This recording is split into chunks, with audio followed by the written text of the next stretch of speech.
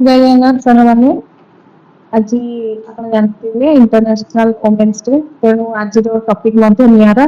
ଆଜି ଯୋଉ ମହିଳାର ବିଷୟରେ ମୁଁ କହିବାକୁ ଚାହୁଁଛି ସିଏ ଆଉ କେହି ନାହାନ୍ତି, ଆମର ପ୍ରଥମ ନାଗରିକ ମ୍ୟାଡାମ ଦ୍ରୌପଦୀ ମୁର୍ମୁ ମ୍ୟାଡାମ ଜୀ। ସେ ବି ଆମର ଓଡିଶାର ଜଣେ ଉଚ୍ଚ କୋଟିର ନାରୀ ଜଣେ। ତେଣୁ ତାଙ୍କ ବିଷୟରେ କହିବାକୁ ମୁଁ ମଧ୍ୟ ପ୍ରାଉଡ ଫିଲ୍ କରୁଛି। ତେଣୁ ମୁଁ ଆପଣଙ୍କୁ ତାଙ୍କ ଜୀବନରେ ବହୁତ ସଂକ୍ଷିପ୍ତରେ କହି ରଖୁଛି, କାରଣ ଯେହେତୁ ସେ ଜଣେ ଓଡିଶାକୁ ରିପ୍ରେଜେଣ୍ଟ କରୁଛନ୍ତି, ତେଣୁ ପ୍ରତ୍ୟେକ ଓଡିଆ, ପ୍ରତ୍ୟେକ ଛୁଆ ମାନେ ଆଉ ପ୍ରତ୍ୟେକ ଜଣ ଜଣ ଲୋକେ ତାଙ୍କ ବିଷୟରେ ଆଟଲିଷ୍ଟ 5-6 ଲାଇନ ଜାଣିବା ଦରକାର। ଆଉ ଏହି ଓମେନ୍ସ ଡେ ରେ ଏଇଟା ହିଁ ତାଙ୍କୁ ମୋର ସ୍ମଲ ଗୋଟେ କହନ୍ତି ଡେଡିକେଟ କରୁଛି ତାଙ୍କ ଲାଇଫକୁ ନେଇ। ତାହେଲେ ଚାଲନ୍ତୁ ଜାଣିବା ତାଙ୍କର ଲାଇଫ ର ଜର୍ଣ୍ଣି ବିଷୟରେ। କିପରି ତାଙ୍କ ଲାଇଫ କେତେ ସୁଗମ ଥିଲା, କେମିତି କଣ ସେ ଏଇ ସବୁ ପରିସ୍ଥିତିରୁ ଉପରେ ଯାଇ ସେ ନିଜକୁ ଗଢି ତୋଳି ପାରିଥିଲେ। ତେଣୁ ପ୍ରଥମତଃ ଦ୍ରୌପଦୀ ମୁର୍ମୁଙ୍କର ଜନ୍ମ ଆପଣ ଜାଣିଥିବେ 20 ଜୁନ 1958 ମସିହାରେ ହେଇଥିଲା, ଯୋଉଟା କି ଆମର ମୟୂରଭଞ୍ଜର ଉପରବେଳା ରାଇରଙ୍ଗପୁରରେ ହେଇଥିଲା। ସେ ଗୋଟେ ସାନ୍ତାଳୀ ଫ୍ୟାମିଲିକୁ ରିପ୍ରେଜେଣ୍ଟ କରିଥିଲେ। ତାଙ୍କର ପିତାଙ୍କ ନାମ ବିରଞ୍ଚି ନାରାୟଣ ଦେବ ଥିଲେ। ସିଏ ଜଣେ ପଞ୍ଚାୟତ ସରପଞ୍ଚ ଭାବେ ସେ ନିଜକୁ ପ୍ରତିଷ୍ଠା କରିପାରିଥିଲେ। ତାପରେ ଦ୍ରୌପଦୀ ମୁର୍ମୁଙ୍କର 5 ବର୍ଷ ତାଙ୍କ ଗାଁରେ ହିଁ କଟିଥିଲା। ଆଜ୍ଞା, ସେ ଗାଁରେ ପାଠ ପଢୁଥିଲେ, ଆଉ ଗାଁରେ ହିଁ ଟିଚର ମାନେ ଖୁସି ହେଇକି ତାଙ୍କ ନାଁ ଯୋଉ ଦୁର୍ଗୀ ଥିଲା ତାର ନାଁ ବଦଳରେ ଦ୍ରୌପଦୀ ରଖିଥିଲେ, ଯୋଉଥିପାଇଁ ସେ ଆଜି ଆମେ ତାଙ୍କୁ ସମସ୍ତେ ଜାଣୁଛୁ ଦ୍ରୌପଦୀ ମୁର୍ମୁ ଜୀ। ତାପରେ ସେ ଭୁବନେଶ୍ୱରକୁ ପଳେଇ ଆସିଲେ। ଭୁବନେଶ୍ୱରରେ ସେ ହାଇର ଷ୍ଟଡି ପାଇଁ ୟୁନିଟ 2 ରେ ଗାର୍ଲସ ସ୍କୁଲରେ ପାଠ ପଢିଥିଲେ।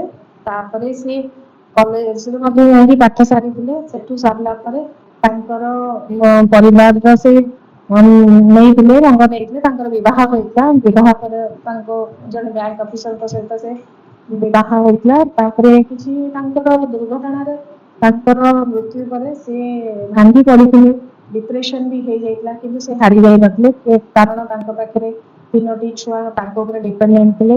ସିଏ ହାରିଯିବାକୁ ପସନ୍ଦ ନ କରି ସେବା ଆଉ କର୍ମରେ ବିଲିଭ କରୁଥିଲେ। ସେ ଚାହୁଁଥିଲେ ଯେ ମୁଁ ଦେଶ ପାଇଁ ବି କରିବି, ଆଉ ସେଇ ଆଟ ଏ ଟାଇମ ନିଜ ଛୁଆଙ୍କ ପାଇଁ ମଧ୍ୟ କରିବି, ଆଉ ଡିପ୍ରେସନରୁ ମୁକ୍ତ ମଧ୍ୟ ହେବି। କିପରି ଉଚ୍ଚ ଧାରା ଆମେ ଏଇଠୁ ବାସ୍ତବିକ ଶିଖିବା ଦରକାର। କାରଣ ପରିସ୍ଥିତି କେତେବେଳେ ମଣିଷକୁ କେତେବେଳେ ଆସି କୋଉ ମୁହୂର୍ତ୍ତ ଦେଖାଏ, ସେଇ ଟାଇମରେ କେମିତି ନିଜେ ସଜାଡି ହେଇକି ନିଜ ପରିବାରକୁ ସମ୍ଭାଳିକି କିପରି ନିଜକୁ ଆମେ ଗୋଟେ ହାଇଟରେ ନେଇ ପହଞ୍ଚିବା, ଏଇଠି ମୁର୍ମୁ ମ୍ୟାଡାମଙ୍କଠୁ ଶିଖିବା ଦରକାର।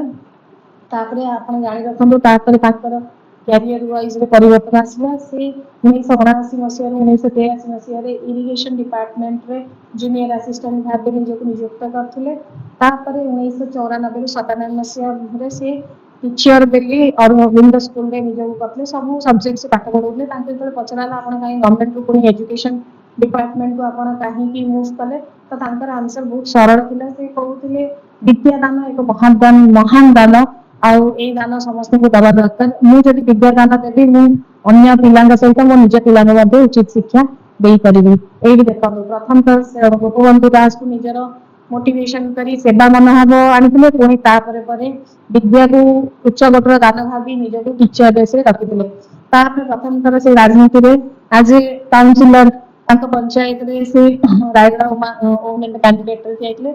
ତାପରେ ସେଠି ସେ ଡିଫିଟ୍ କରିଥିଲେ, କିନ୍ତୁ ସେଇଠି ତାଙ୍କର ସେ ଡିଫିଟକୁ ସ୍ୱୀକାର ନ କରି ସେ ପ୍ରଥମ ଥର କାଉନସିଲର ଭାବେ ସେ ବିଜୟ ଲାଭ କରି ତାପରେ ସେ ପଛକୁ ଅନେଇ ନଥିଲେ। ଲୋକସଭାରେ ମୟୂରଭଞ୍ଜରେ ସେ ଜିତିଲା ପରେ ତାଙ୍କୁ ବିଧାନସଭାର ଶ୍ରେଷ୍ଠ ଉପସ୍ଥାପନା ବୋଲି ତାଙ୍କୁ ମଧ୍ୟ କୁହାଯାଇଥିଲା। ସେଥିରେ ବି ମଧ୍ୟ ସେ ଅଟକି ନଥିଲେ। 2009 ମସିହାରେ ସେ ଲୋକସଭାକୁ ୱିନ୍ କରିସାରିଲା ପରେ ଗଭର୍ଣ୍ଣର ମାନେ ସେ ଝାଡଖଣ୍ଡର ଗଭର୍ଣ୍ଣର ପୋଷ୍ଟ ପାଇଥିଲେ 2015ରୁ 21। ଏଇଠି ସେ ପ୍ରଥମ ଲେଡି ଯିଏକି ଜଣେ ଝାଡଖଣ୍ଡର ଗଭର୍ଣ୍ଣର ପୋଷ୍ଟ ପାଇଥିଲେ, ଫାର୍ଷ୍ଟ ଲେଡି।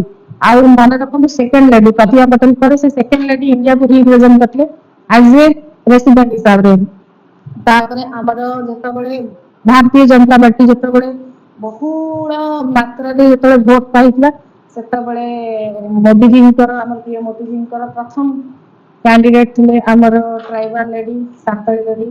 ସିଏ ଜାଣିଥିଲେ ଯିଏ କେବେ ବି ତାଙ୍କର ଗୋଟେ ନାରୀ କେତେବେଳେ ତାର ପରିବାରର ଯେତେବେଳେ ଭଲ ପୋଷଣ କରିପାରେ, ଯିଏ ତାର ସମାଜ ବିଷୟରେ ଚିନ୍ତା କରିପାରେ, ଯାହାର ମନ ସେବା ତାଙ୍କର ପ୍ରାୟୋରିଟି ସେଇ କ୍ୟାଣ୍ଡିଡେଟ୍ ସେ ନିଶ୍ଚୟ ଚିହ୍ନି ପାରୁଥିଲେ ମୋଦିଜୀ, ତେଣୁ ତାଙ୍କର ଫାଷ୍ଟ ଚଏସ୍ ଥିଲେ ମ୍ୟାଡାମ ଦ୍ରୌପଦୀ ମୁର୍ମୁଜୀ। ସେ ରୁଲ୍ କରିଥିଲେ ଆଉ 2014 ସେ ଫାଷ୍ଟ ପ୍ରେସିଡେଣ୍ଟ ଭାବେ ଓଡ଼ିଶାକୁ ରିପ୍ରେଜେଣ୍ଟ କରି ଆମର ଇଣ୍ଡିଆର ଫାଷ୍ଟ ପ୍ରେସିଡେଣ୍ଟ ଭାବେ ସେ ଜଏନ୍ କରିଥିଲେ। ତେଣୁ ଏଇ ଓମେନ୍ସ ଡେରେ ତାଙ୍କ ବିଷୟରେ ସଂକ୍ଷେପରେ କିଛି ଆପଣଙ୍କୁ କହି ରଖିଥିବାରୁ ମୁଁ ନିଜକୁ ତ ଫିଲ୍ କରୁଛି, କାରଣ ଯେହେତୁ ସେ ଆମ ଓଡ଼ିଶା ମାଟିକୁ ରିପ୍ରେଜେଣ୍ଟ କରୁଛନ୍ତି, ଓଡ଼ିଶାର ସମ୍ମାନକୁ ସେ ଗୋଟେ ହାଇଟ୍କୁ ନେଇଯାଇଛନ୍ତି। ଓଡ଼ିଶାର ବହୁତ ବହୁତ କ୍ୟାଣ୍ଡିଡେଟ୍ ନିଜେ ମୋଦିଜୀ କହିଛନ୍ତି ଯେ ଓଡ଼ିଶାରେ ଏତେ ଜେନ୍ୟୁଇନ୍ ମାନେ ପ୍ରତିଭା ଆଉ ଏତେ ଏଜୁକେସନ ଏତେ ଅଛି ଯେ ତାଙ୍କର ନିଜର ପାଖାପାଖି ସବୁ ଓଡ଼ିଶାର ହିଁ ସେ ନେଇଛନ୍ତି, ମାନେ ସମସ୍ତଙ୍କୁ ସେ ନେଇକିରି ରଖିଛନ୍ତି ଆଇଏସ୍ ଅଫିସର ଯାହା ହଉ ଯାହା ବି ହଉ। ତେଣୁ ଓଡ଼ିଶାର ଉଚ୍ଚକୋଟୀର ମାନେ ଆମେ ଓଡ଼ିଶା ମାଟିରେ ଜନ୍ମ ହିଁ ନିଜକୁ ବହୁତ ଭାଗ୍ୟବାନ ଫିଲ୍ କରିବା କଥା। ଧନ୍ୟବାଦ।